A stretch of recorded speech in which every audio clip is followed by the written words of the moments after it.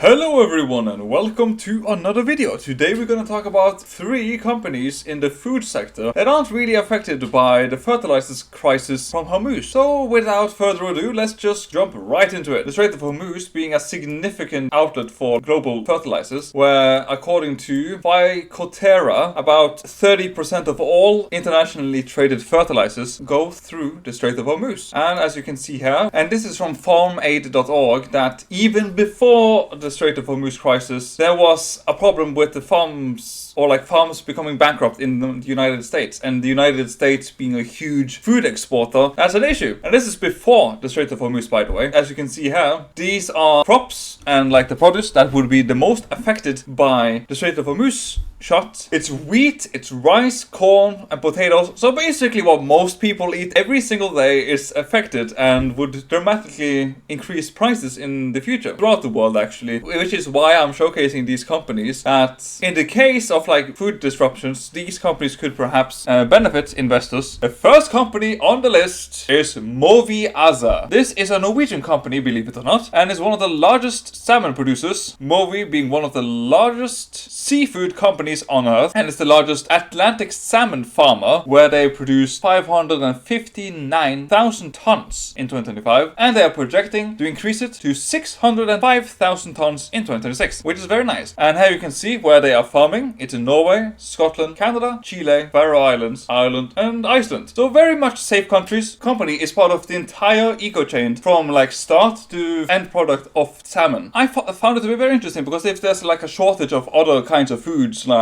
rice and these things, and people in a short time would have to buy more fish, and I think that salmon could perhaps be then more attractive due to the fact that they don't need as much as like a cow or like these things that need a lot of feed, whereas a fish you don't really need that much compared to like a cow, because regardless of the sector, it's been very consistent. And being one of the largest producers of fish, especially or like Atlantic fish, and as you can see there you can see the process. It's basically from the start to finish, and the fact that it is literally the largest Atlantic salmon producer, and they are dramatically increasing their production from last year till now, and they've had a very nice quarter. Let's go over to the next one, Foods OYJ, which is a Finnish company. It's more like an alternative food producer. Now what on earth does it do? It produces a product called Solein, which you can see here. That's the yellow stuff that's right there. Food tech company, which makes protein without farming. They make it in factories, where it's produced from a microbial protein powder, which is basically made by fermenting a single cell organism with air and electricity. And why is it also interesting though? Is that look at this. Here you can see the metrics, where it's up to 80% proteins. It has iron, B12, fibers, and fatty acids. It can apparently be used in anything. From ingredients, it can be used as a whey alternative. Let's check out. Obviously, like in desserts, in anything basically. And it didn't really taste that much. And it's also very interesting that they are currently producing or about to produce 160 tons. They are projecting to produce up to 6,400 tons by 2028, which would be very, very interesting. And obviously they can use it in anything basically. And the fact that it's up to 80% proteins. Here you can see it. They just recently received a patent from the United States and Trademark Office for the production process for their product Solein, which is awesome. And the fact that they have had support from the EU government as well, with apparently grants up to 10 million euros, which is I think $11 million.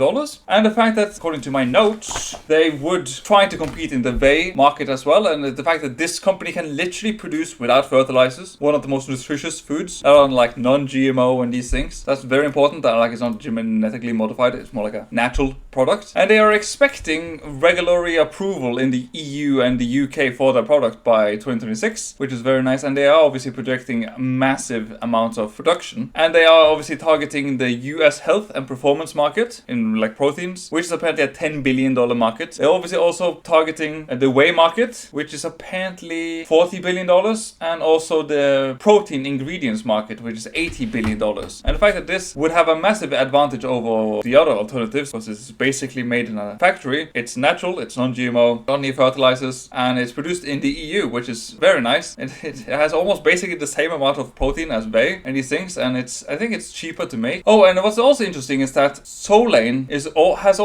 it received its first regulatory approval in September 2022 by the Singaporean food agency SFA, where they approved for the import and manufacturing and sale of the produce of containing Solein in Singapore. So it's already been approved and being delivered in other countries. It seems very interesting. As you can see there, they have some customer collaboration. So this is like a very small company, but it has tremendous upside potential. Why? And as you can see there, they are currently like producing 1,160 tons, and with the new factory, they would produce up to 6,400 tons of this product. Like with the crisis in the Strait of Hormuz, with up to 30% of all fertilizers being out of reach for a lot of people unless they have to pay a lot of cheddar, I think in the future, like more of these companies will really flourish because people will be more where their food comes from, to be more food independent. And for countries that don't have, like Norway, that don't have significant amount of farmland, these companies could be more interesting though. The fact that a lot of people want non-GMO and these things, and this company provides it without having to use tons of fertilizers, and it's still nutritious. Putting in the text there if you want to read it. They have also received an order from Ambrosia Collective in the United States, which is a premium sport and nutritious health supplement brand. So I think this company could have some tremendous upside in the future if everything goes according to plan. Bear in mind that. And then the final company on the list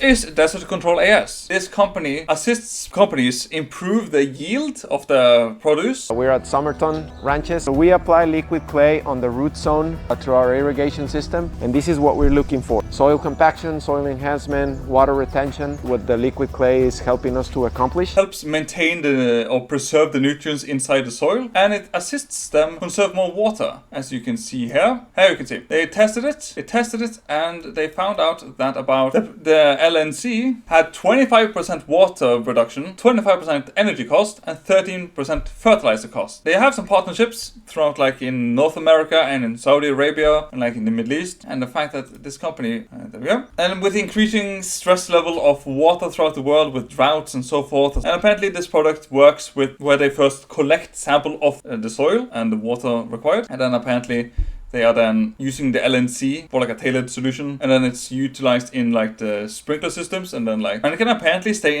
inside of the soil for 5 years, which is very impressive. Helps the soil preserve the nutrients and its overall health. And they are projecting like in 2025 they made about $300,000. And they are projecting they could go up to $3 million of revenue in 2026, which is very nice. And obviously they improve the yield of the agriculture, improve the soil fertility, higher crop yield, less water, less fertilizer, and less energy consumption. So I think due to the Strait of Hormuz conflict, this company could really benefit. I think this is one of the companies I think could benefit the most of the Hormuz crisis due to the fact that they're really getting started in a couple of years. They are in like one of the most important industries in my opinion, which is water conservation and like food. Because it's nice thinking about like investments in these things, but everyone needs food and water and these things. And the fact that there are companies out there actually does something great for the world, or could perhaps really benefit the world. As you can see here, some partnerships. See there, if you want to stop there and read. They are partnered with one of the largest